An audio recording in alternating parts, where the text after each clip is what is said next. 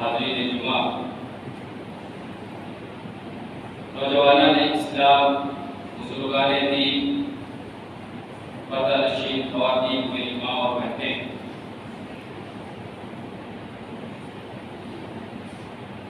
खुतबा मसनूना के बाद तमाम किस्म की तारीफ तौसीफ पढ़ाई बुजुर्गी किबरियाई रब्बे ज़ुल जलाल वल इकराम के लिए लायक व सहबार है। इस परवरदिगार आलम ने हमें आपको और इस पूरी दुनिया को सजाया संवारा और हमें दुनिया के अंदर अशरफुल मखलूक़ात बना करके भेजा। अल्लाह का जितना भी हम और आप शुक्र अदा करें वो कम है, जितना भी उसके एहसानात अदा करें वो कम है। उसके बाद हमें यूं ही बेघर और बेदीन भटकता हुआ न छोड़ा, बल्कि हमारी रुश्द व हिदायत के खातिर इस दुनिया के अंदर बेशुमार अंबिया किराम को मबूस फरमाया। खुसूसन और आखिरी नबी इस उम्मत के मोहम्मद रसूलुल्लाह सल्लल्लाहु अलैहि वसल्लम, उन तमाम अंबिया किराम पर दुरूद व सलाम हो, खुसूसन हमारे आखिरी नबी जनाब मोहम्मद रसूलुल्लाह सल्लल्लाहु अलैहि वसल्लम के ज़ात गिरामी पर। हज़रीन जुमा,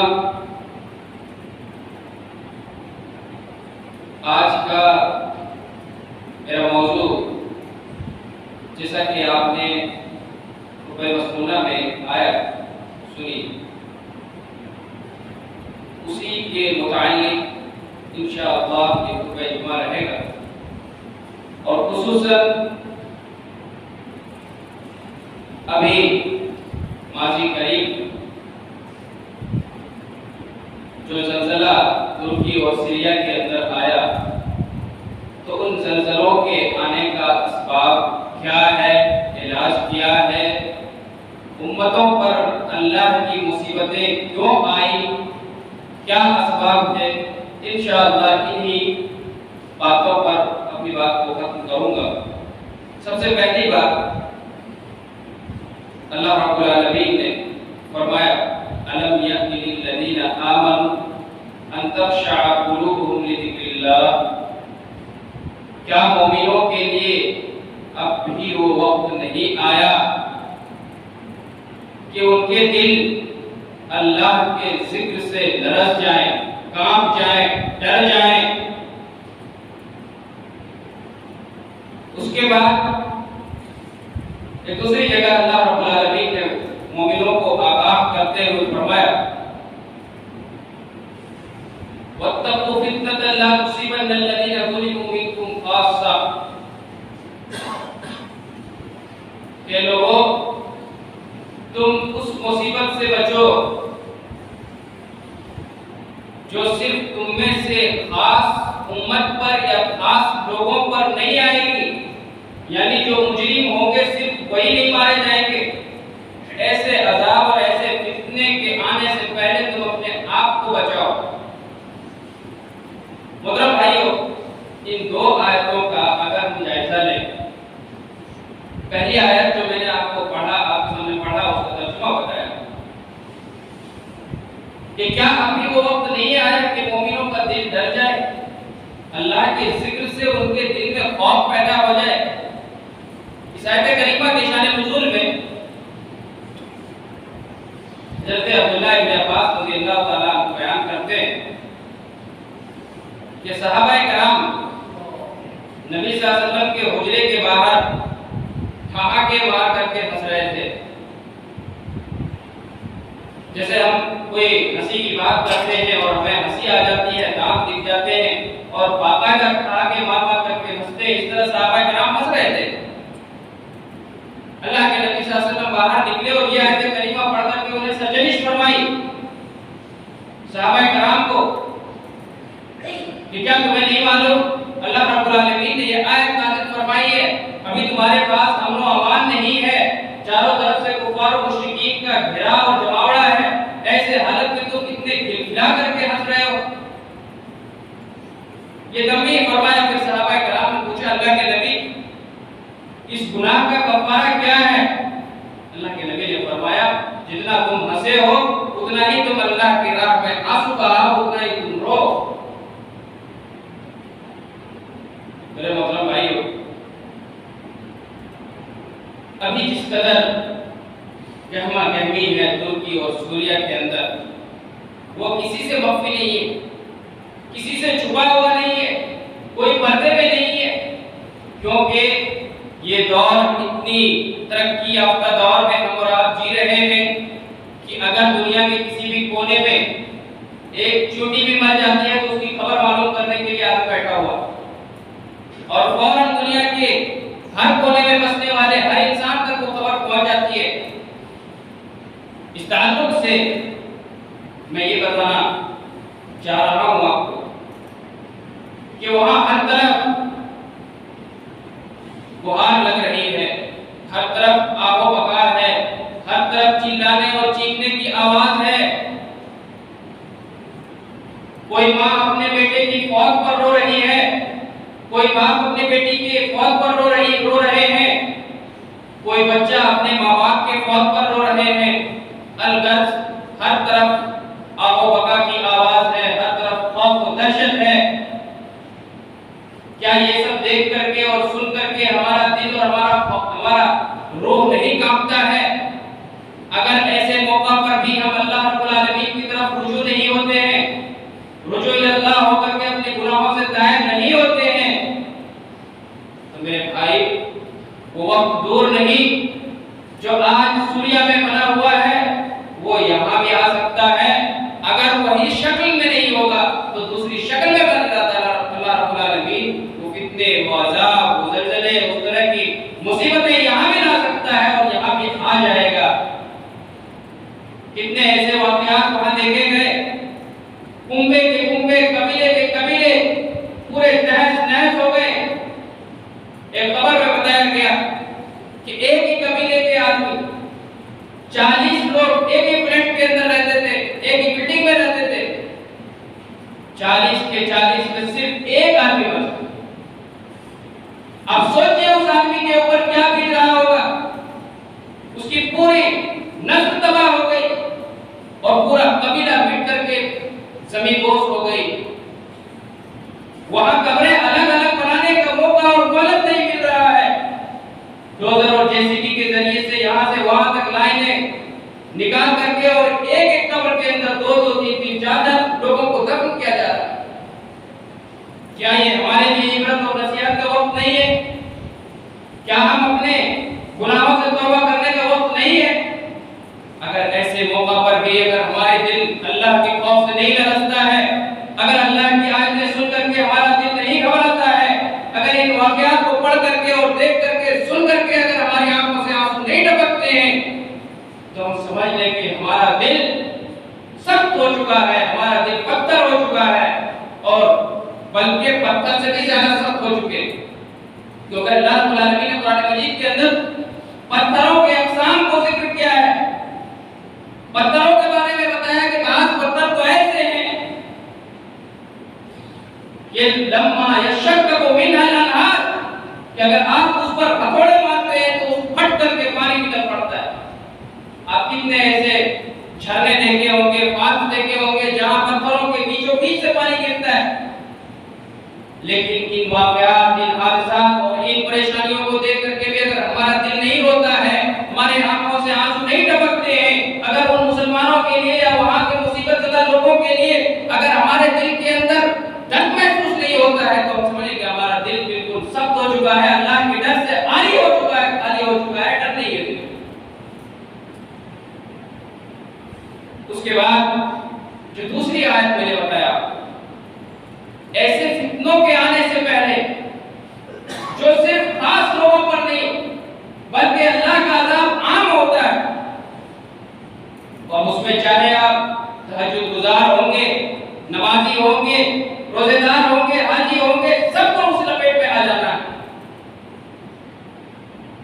उसी का वाक़या मैं बता, वही वाक़या आज इस मौजू का, आज इस खुतबे का लबे लुभाव है। याद रखिए, अभी जो वाक़या गुजरा और वहां अभी चैन और सुकून, अमन और अमान नहीं आया है। जिसके घर, जिसकी नस्ल तबाह हो जाए, वो 2 दिन 10 दिन में उनके क्या घाव भर जाते हैं? नहीं भरते। मेरे भाई, वहां से एक फोटो ये भी आया कि आदमी हाथ में तस्बीह पकड़े हुआ है और मलबे के नीचे दबा हुआ, उसका एक हाथ बाहर है। जब उसे निकाला गया, निकाल करके उसकी शनाख्त की गई, उनके दोस्तों ने बताया कि आदमी मामूली आदमी नहीं, तहज्जुद गुजार आदमी था। उनके दोस्तों ने तस्दीक किया कि ये तहज्जुद पढ़ करके और आखिरी वक्त में ये अल्लाह रब्बुल आलमीन के अस्कार क्या करता था, वो आदमी है जिसका हाथ में तस्बीह लटक रहा है और मलबे के नीचे दबा हुआ। वफात पा गया। मैं इस आयत की तफसीर आपको समझाना चाह रहा हूं कि अल्लाह रब्बुल आलमीन कह रहा है वत्तकू फितनतन ला तुसीबन्ना अल्लज़ीना ज़ुलिमू मिनकुम खास्सा, कि वहां जो अज़ाब आया है वो अज़ाब सिर्फ आम खास लोगों के ऊपर नहीं,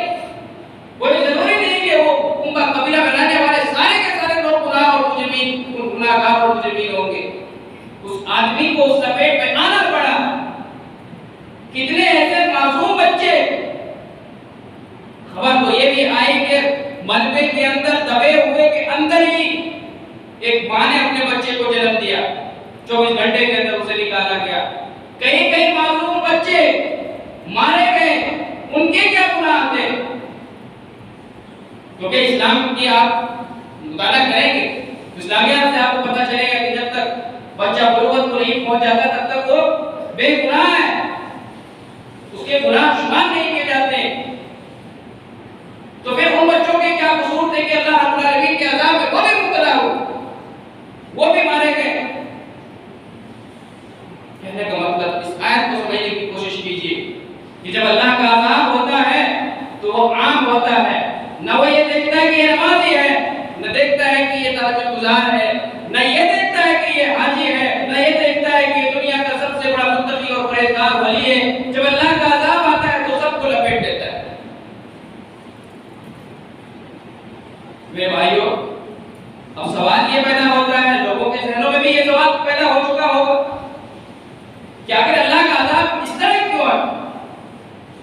उन बेचारे मासूम और जो बेगुनाह है उन लोगों को क्यों मारा गया? ये सवाल जरूर आता होगा और आना भी चाहिए। तो यहाँ आपको, अगर आप इस्लामी तारीख को पढ़ते तो आपको बेशुमार दलाइल मिलेंगे कि अल्लाह रब्बुल आलमीन का शुरू से अज़ल से यही कायदा है, यही कानून है अल्लाह रब्बुल आलमीन का कि जब भी किसी कौम के ऊपर अल्लाह रब्बुल आलमीन अज़ाब मुसल्लत करता है, किसी कौम को सजा देना मकसूद होता है, तो वहां किसी की तफरीक नहीं की जाती है, वहां किसी को अलग और तमीज करके नहीं दिया जाता है कि बड़ा बंदा बड़ा मुत्तकी परहेज़गार है उसको छोड़ दिया जाए, दूसरे को मार दिया जाए। ऐसा नहीं, जो भी अल्लाह का आम अज़ाब होता है तमाम लोगों को उसमें लपेट दिया जाता है। जैसा कि हम और आप अपनी आंखों से मुशाहिदा कर रहे हैं, देख रहे हैं, वक्तन फवक्तन उन चीजों को देखते हैं। जब कुरान पढ़ते हैं तो वाकई इन चीजों का हकीकी मानों में, यकीन में तब्दील हो जाता है। और यकीन है, लेकिन मज़ीद हमारे यकीन को मजबूती मिल जाती है। मेरे भाई और दोस्तों, इन तमाम वाक़यात से और इन बातों से, और जो मैंने सवाल किया कि आखिर उन मासूम और बेगुनाहों का क्या कसूर था कि वो भी बेचारे उसमें दब गए और मारे गए? मेरे भाइयों, उनका कोई गुनाह नहीं था और ना ही वो मुजरिमीन थे, लेकिन वो भी मारे गए क्योंकि अल्लाह रब्बुल आलमीन का कायदा है। लेकिन हमें और आपको बताया ये नजर आ रहा है कि वो भी वहां मर गए हैं, वो भी कितने तकलीफ में होंगे, परेशान होंगे। ये हमारी सोच है, ये हमारी सोच है। लेकिन अल्लाह रब्बुल आलमीन ने फरमाया कि जो लोग अल्लाह के आम अज़ाब में मुब्तला हो जाते हैं तो उनका हश्र जो होगा क़यामत के दिन अलग अलग एतबार से होगा। जो गुनहगार होंगे वो गुनाह की सजा दुनिया में भी पाए, आखिरत में भी पाएंगे, और जो लोग बेगुनाह हैं, नेक हैं, सालेह हैं, मोमिन हैं, उनका आखिरत के एतबार से बड़े ही हुस्न सुलूक के साथ और बड़े ही अदब एहतराम के साथ जिस तरह उनके अमाल होंगे उस तरह उनको उठाया जाएगा। आपने ये हदीस सुनी होगी कि अल्लाह की राह में शहीद होने वाला, सर कटाने वाला आदमी तो शहीद है, इसमें कोई शक नहीं है, इसमें कोई शक नहीं है। और हमारे और आपके जहन में ये चल रहा होगा कि शायद इतनी सख्त तेज धार तलवार के जरिए से उसके सर को मारा जाता है, उसके एक एक अंग को काट दिया जाता है, कभी हाथ कट जाते हैं, कभी पैर कट जाते हैं, कितनी तकलीफ होती होगी। लेकिन हदीस में ये वजाहत कर दी गई है उस कटने की वजह से उस शहीद को उतना ही तकलीफ होता है जितना एक छोटी आदमी को काट देता है। सही मुस्लिम की दूसरी रिवायत में अल्लाह के नबी सल्लल्लाहु अलैहि वसल्लम ने फरमाया कि शहीद सिर्फ अल्लाह की राह में अपनी गर्दन कटाने वाला ही नहीं बल्कि 5 किस्म के लोग शहीद हैं, 5 किस्म के लोग शहीद हैं। उसमें से एक वो जो ताउन की बीमारी में मुब्तला होकर के मर जाता है। ताउन मालूम है आप लोगों को? ताउन की बीमारी शायद ना मालूम हो। उस जमाने में ताउन की बीमारी होती तो पूरे बदन के अंदर बड़े बड़े फोड़े किस्म का कोई इस तरह का निकल आता है जिसको हो जाने के बाद वो लाइलाज मर जाए, उसका कोई इलाज है ही नहीं, आदमी को मरना तय। ये कहा अल्लाह के नबी ने कि जो शख्स ताउन की बीमारी में मुब्तला होकर के मर जाता है वो भी शहीद है। और फरमाया कि जो आदमी गर्म होकर पानी में या तालाब में खुद ब खुद जाकर के छलांग लगा करके मर गया, वो तो खुदकुशी है, आप जानते हैं। लेकिन अगर कहीं सैलाब आया हो, फ्लड आया हो और उसमें डूब करके वो आदमी मर जाता है तो वो आदमी भी शहीद है। इसी तरीके से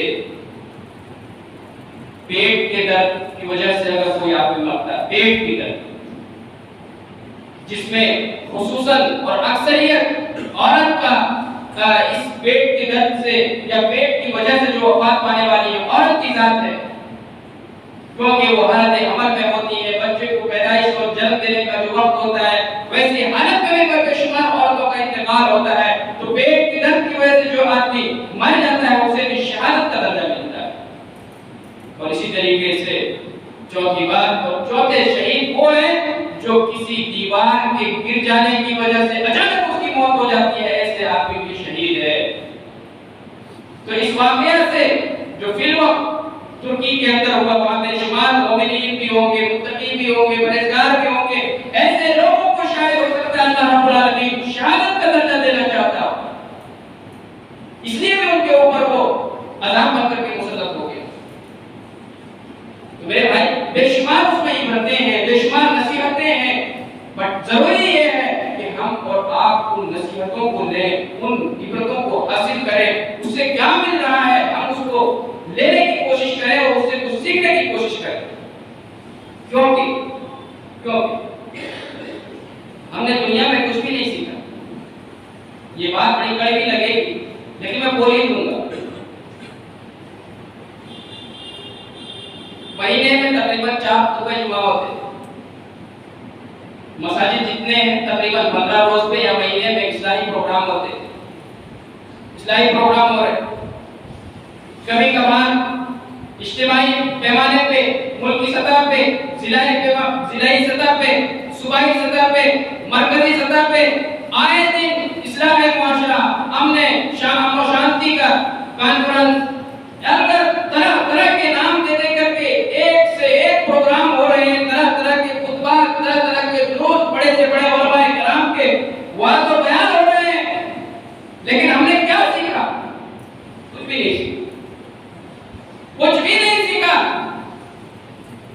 आपको ज़कात के निसाब के बारे में अगर आपसे सवाल करने लगे, हालत खराब हो जाएगी। ज़कात के निसाब का क्या मामला है? किसमें कितने निसाब हैं?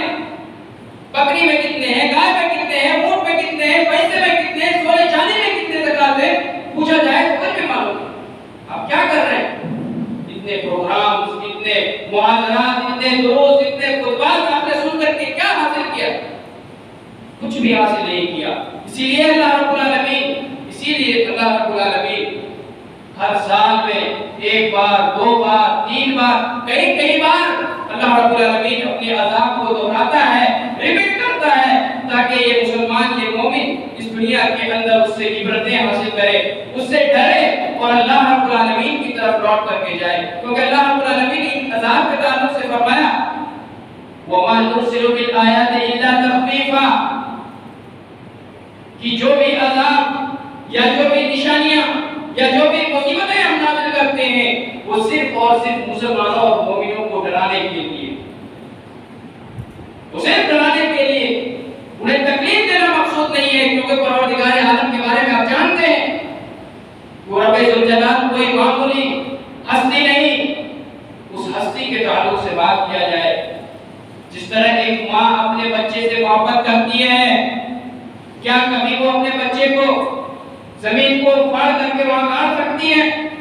क्या कोई माँ अपने बच्चे को आग में धकेल सकती है?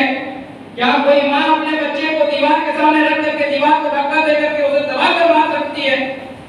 हरगिज़ ऐसा आपका ख्याल और आपका जवाब फौरन ना में आएगा।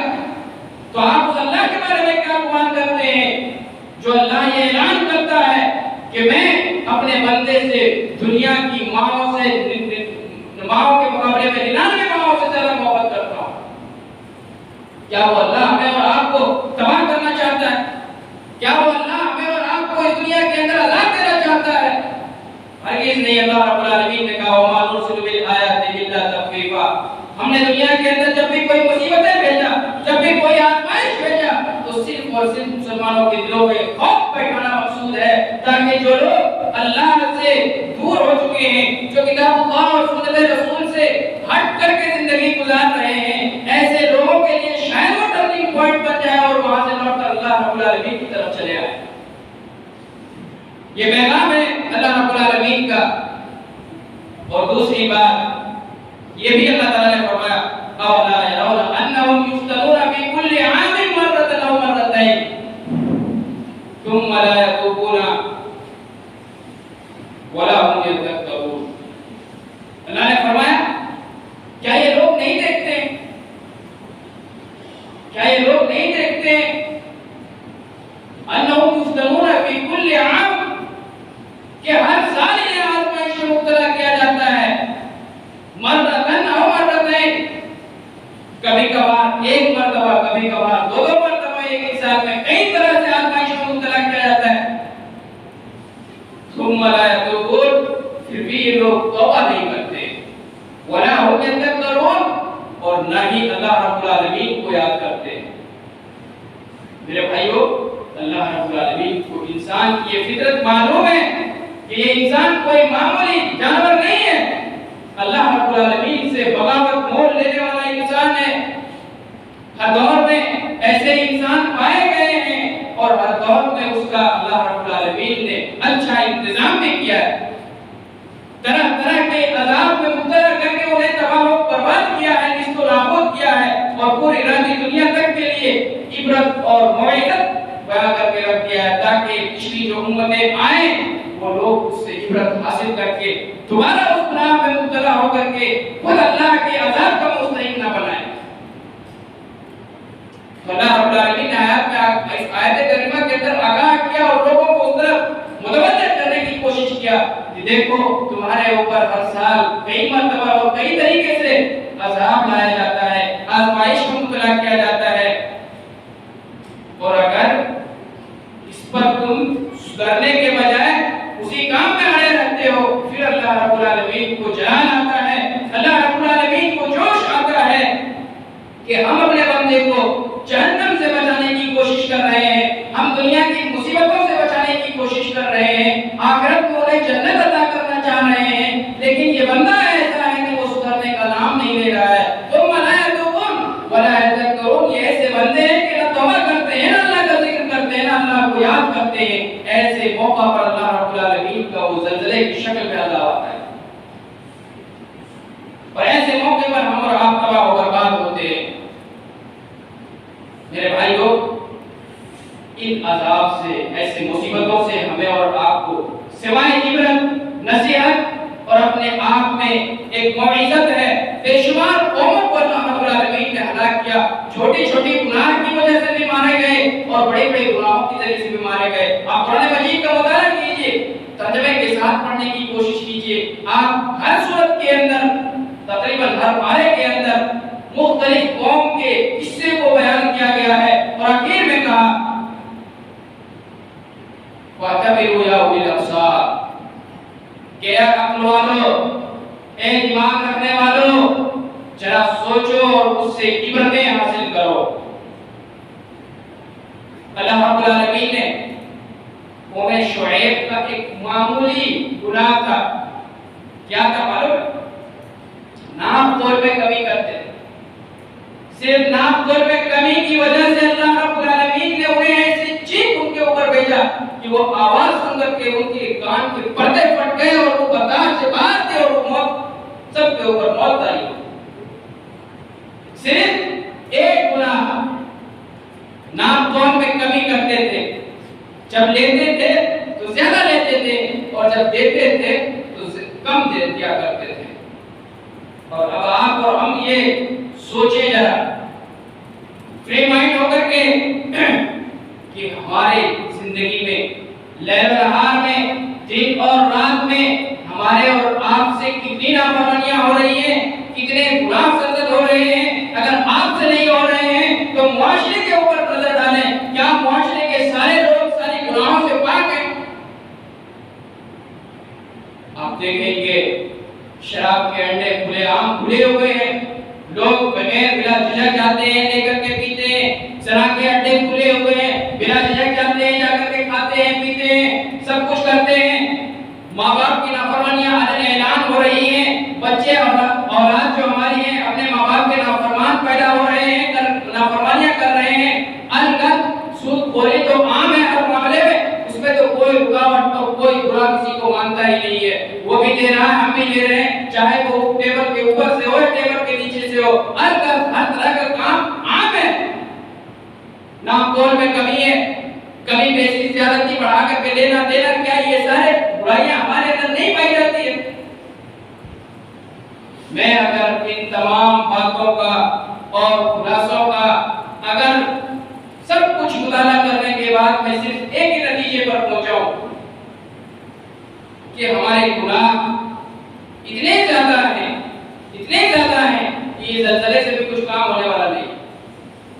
अल्लाह रब्बुल आलमीन तो चाहता तो ये पूरी नस्ल मिटा दे, लेकिन अल्लाह के नबी के ऊपर हमारे माँ बाप कुर्बान जाए, जिसने अल्लाह रब्बुल आलमीन से वादा कर चुका है।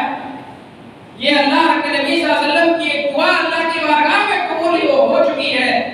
अल्लाह के नबी ने कहा, अल्लाह तू मेरी उम्मत को एक साथ दुनिया के अंदर मिटाना देना, जिस तरह पहली कौमों को अल्लाह रब्बुल आलमीन ने पूरी बस्ती को खत्म कर दिया, पूरे गांव वाले को तबाह बर्बाद कर दिया। कौम लूत को देखिए, कौम फिरौन को देखिए, कहीं पानी में डुबो करके मारा, किसी के ऊपर पत्थर और हवा की बारिश करके मारा, किसी को पानी के अंदर इतना ज्यादा पानी दे दिया कि वो उसको ताप लगा करके वहां सांस वही दम तोड़ दिए।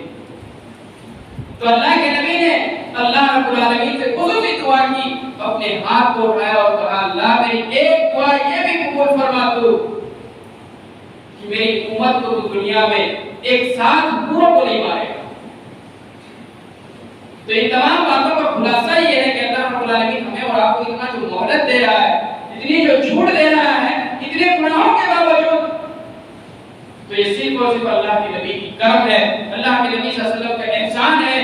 और उसका जितना भी हम एहसान अदा करें, अल्लाह के नबी के ऊपर जितने भी हम दरूद भेजें, जितने मर्तबा भी हम अपने माँ बाप को उनके ऊपर फिदा करें, कुर्बान करें, वो कम होगा, क्योंकि अल्लाह के नबी की बदौलत हम और आप भी इस दुनिया के अंदर जिंदा हैं। वरना अल्लाह रब्बुल आलमीन के नजदीक ये जो जमीन और जमीन की रंगीनियां हम और आप देख करके परेशान हो, इतनी बड़ी दुनिया है, इतना ये है, इतना वो है, ये सब देख करके हम और आप परेशान हो रहे हैं। अल्लाह रब्बुल आलमीन के नजदीक इसकी हैसियत और इसकी औकात क्या है मालूम है आपको? इस दुनिया की कीमत क्या है अल्लाह के पास? एक मच्छर के पर के बराबर की कीमत नहीं। एक मच्छर की कीमत हमारे और आपकी निगाह में कितनी है? अल्लाह रब्बुल आलमीन ने कहा, इस दुनिया की हैसियत अल्लाह के पास इस दुनिया की वैल्यू सिर्फ और सिर्फ एक मच्छर के पर की बराबर है। जब चाहेगा तबाह कर देगा, जब चाहेगा मिटा करके रख देगा। ये इंसान के इतने गुनाह हो गए हैं, अल्लाह के नबी ने फरमाया कि सुबह से शाम तक इनके गुनाहें इतने होती हैं। अल्लाह के नबी ने फरमाया कि अगर इस दुनिया के अंदर चौपाए ना होते, कीड़े मकोड़े ना होते, जानवर ना होते, बेजुबान मखलूक ना होती, तो खुदा की कसम ये इंसान इतना बेगुनाह है कि आसमान से एक कतरा बारिश ना नाजिल होती है। मेरे भाइयों, कहने का मकसद सिर्फ और सिर्फ ये है कि ये जो मुसीबतें आई हैं, ऐसे मुसीबत के वक्त में हमें और आपको कुरान के दर्स तो हम सुन रहे हैं, कुरान तो पढ़ रहे हैं, लेकिन ये लाइव नहीं देख पा रहे थे। अब हम अपनी आंखों से लाइव देख चुके हैं कि इस तरह हो चुका है। अल्लाह रब्बुल आलमीन कह रहा है, ये तुम्हारे लिए, तुम्हें डराने के लिए है। अगर ऐसे वक्त में भी अपने आप को हम डरा करके अपने आप को अल्लाह की तरफ माइल न कर सके, अगर ऐसे वक्त में भी हम अल्लाह रब्बुल आलमीन से अपने गुनाहों की तौबा इस्तिग़फ़ार न करा सके, तो हमसे बड़ा बदबख्त और हमसे बड़ा बदकिस्मत इंसान कोई और नहीं होगा। क्योंकि अभी मौका है, हो सकता है इसके बाद फिर मौका न मिले। जिस तरीके से कितने वहां जो मरने वालों की तादाद अब तक फाइनल नहीं हो पाया, पिछले जुमा को 22,000 लोग बताए गए। सोचिए 22,000 लोगों की अमवात हुई है, तो उसमें जख्मी कितने लोग होंगे? अब ऐसा वक्त क्या वो लोग, उन लोगों के दिलों में ये नहीं होगा कि आज के बाद कल उठेंगे और कल उठ करके हम नमाज पढ़ेंगे? क्या सिर्फ हमारे दिल में ये तहैया और इरादा है? मेरे भाई, बेशुमार लोग ऐसे कब्र के अंदर दफन हो चुके हैं, जिनके दिल में ये ख्वाहिशें थी, ये तड़प था, ये इरादा था, काश हम कल से नमाज शुरू करते, लेकिन उससे पहले मौत ने उसे मोहलत न दिया, सुबह उठने तक का उसको मोहलत न दिया। किसने देखा है कल? हम देखें। अल्लाह रब्बुल आलमीन का अज़ाब कब आता है मालूम? ये भी आपको मालूम होना चाहिए। अल्लाह का अज़ाब ऐसे वक्त होता है जब इंसान मशगूल हो, जब इंसान बिजी हो, या इंसान बेखौफ सो रहा हो। अभी जो ये तुर्की के अंदर ज़लज़ला आया ना, तो सुबह के वक्त आया जब इंसान खर्राटे लेकर के सो रहा है। भागने का मौका भी अल्लाह नहीं देगा। जब अल्लाह की पकड़ आएगी, तो कहने का मकसद ये है कि ऐसे वक्त में हम अपने आप को अल्लाह की तरफ रुजू करें, अपने गुनाहों से माफी मांगें, अपने आप के लिए एक ये गोल्डन चांस समझें कि अल्लाह रब्बुल आलमीन ने वहां वो अज़ाब दिया, मैं नहीं दिया। तो ऐसे वक्त में हम अल्लाह का शुक्रिया अदा करते हैं, अपने गुनाहों से ताइब होते हैं और तमाम दुनियादारी छोड़ करके अल्लाह रब्बुल आलमीन की तरफ अपनी जिंदगी को मोड़ लीजिए। इसी में कामयाबी है, दुनिया की भलाई भी इसी में है और आखिरत की कामयाबी भी इसी में है। अल्लाह रब्बुल आलमीन से ये भी दुआ कीजिए कि परवरदिगार आलम, जो लोग वहां परेशान हाल हैं, जो जख्मी हैं, अल्लाह को उनकी मरहम पट्टी अता फरमा दे मौला। परवरदिगार आलम, जो लोग वहां जा चुके हैं, जिनकी वफातें हो चुकी हैं, जिस लायक हैं, अल्लाह उनको के मुताबिक अजर अता फरमा दे मौला, उनकी मग़फ़िरत फरमा दे मौला।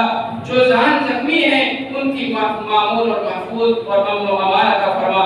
जो लोग बेघर हो चुके हैं, अल्लाह उनकी हिफाजत के लिए कई घर नसीब अता फरमा दे मौला। परवरदिगार आलम, जिनके औलाद, जिनके माँ बाप, जिनके भाई बहन, जिनके औलाद वहाँ मर चुके हैं, अल्लाह उन्हें सब्र जमील अता फरमा। परवरदिगार आलम, हर जगह मुसलमानों की मदद फरमा, जहाँ भी परेशान हाल है उनकी परेशानियों को दूर फरमा। परवरदिगार आलम, जहाँ भी मुसलमान बीमार हैं उनकी बीमारियों को दूर अता फरमा। परवरदिगार आलम, जो इस